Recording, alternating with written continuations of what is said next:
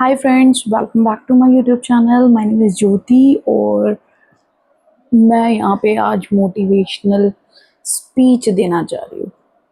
मतलब कुछ बच्चों को मोटिवेट करना चाहती हूँ कि जो बच्चे सोचते हैं ना कि अरे यार, अकेले में सोचते हैं, किसी के सामने नहीं कहते हम कुछ नहीं कर पाते। वो सोचते हैं यार इतना पढ़ लिया तब भी हमें कुछ नहीं आता, हमने अपने पेरेंट्स के पैसों में आग लगा दी, हमारी तो जॉब ही नहीं लग रही।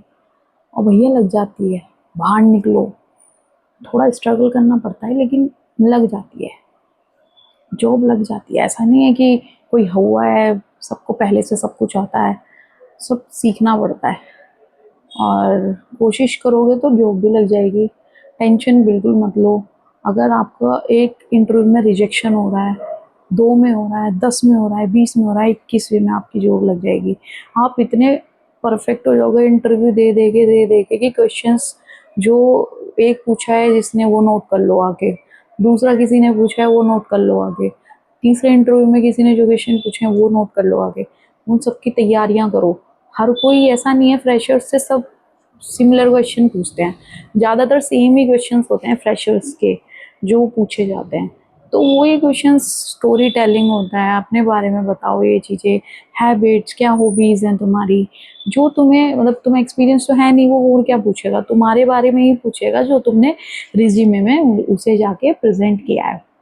तो जो भी तुम इंटरव्यू दे रहे हो, एक में रिजेक्ट होगे, 2 में होंगे, 3 में, उसको प्रैक्टिस करो, क्वेश्चंस की प्रैक्टिस करो।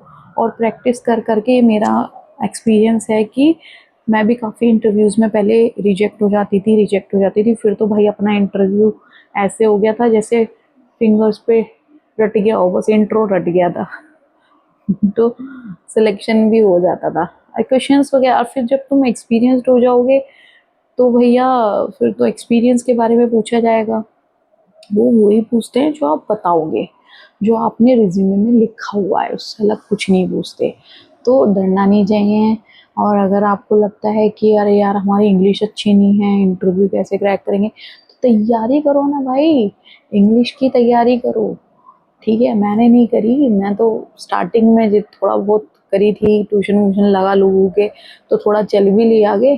लेकिन अब जो है ना, अब तो भैया बहुत ही हाई फाई चल रही हैं चीज़ें।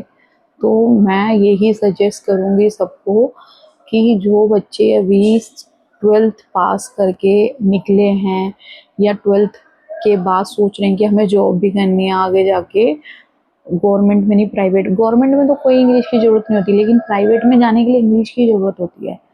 तो भाई अपने खाली टाइम में ट्यूशन लगा लो इंग्लिश का कहीं। तो ट्यूशन लगा लोगे तो उससे क्या होगा, तुम प्रैक्टिस करोगे आपके टंग पे बैठ जाएगी। और एक चीज़ है, द हिंदू का न्यूज़पेपर पढ़ो। अगर इंग्लिश मैं नहीं पढ़ती, पढ़ना चाहिए, पहले मैं पढ़ती थी, उससे बहुत मेरे को फ़र्क पड़ा था। द हिंदू का न्यूज़पेपर पढ़ो अपनी इंग्लिश अच्छी करने के लिए। और यही चीज़ है यार, कभी अपने आप को डिमोटिवेट मत समझो, practice makes a man perfect, तो आप भी परफेक्ट हो जाओगे। इंटरव्यू में रिजेक्शन हो रहा है ये मत सोचो यार रिजेक्ट हो गई मैं, तो रिजेक्ट हो गया यार अब कैसे लगेगी जॉब, वे लगेगी। एकदम से हाई फाई कंपनी में मत जाओ, छोटी छोटी कंपनीज में इंटरव्यूज हो, छोटी छोटी में रिजेक्शन लो, क्वेश्चंस को कलेक्ट करो, एक लिस्ट बनाओ क्वेश्चंस की, उनकी तैयारी करके तब जाके लास्ट में बहुत बड़ी कंपनी में इंटरव्यू दो, जिससे कि आप प्रिपेयर कर सको सारे क्वेश्चंस और फिर वो जो भी पूछा आप धड़ाधड़ बताओ। कम से कम नहीं तो 15-20 कंपनीज में ऐसे इंटरव्यूज दो जिससे कि तुम परफेक्ट हो जाओ कि वो।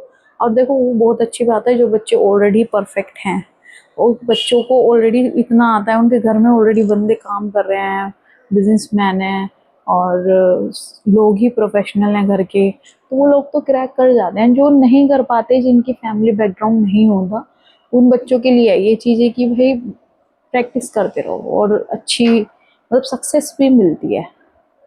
ये सब तुम्हारे हाथ में, कितनी प्रैक्टिस करोगे और कितनी सक्सेस आपको लेनी है। बस मैं यही चाहूँगी, और आगे बहुत सारी चीज़ें बताऊँगी अपने चैनल पे कि अच्छी अच्छी कि कैसे कैसे क्या क्या ग्रो कर सकते हो तुम इंटरव्यू से रिलेटेड भी। Thank you so much, have a nice day, bye.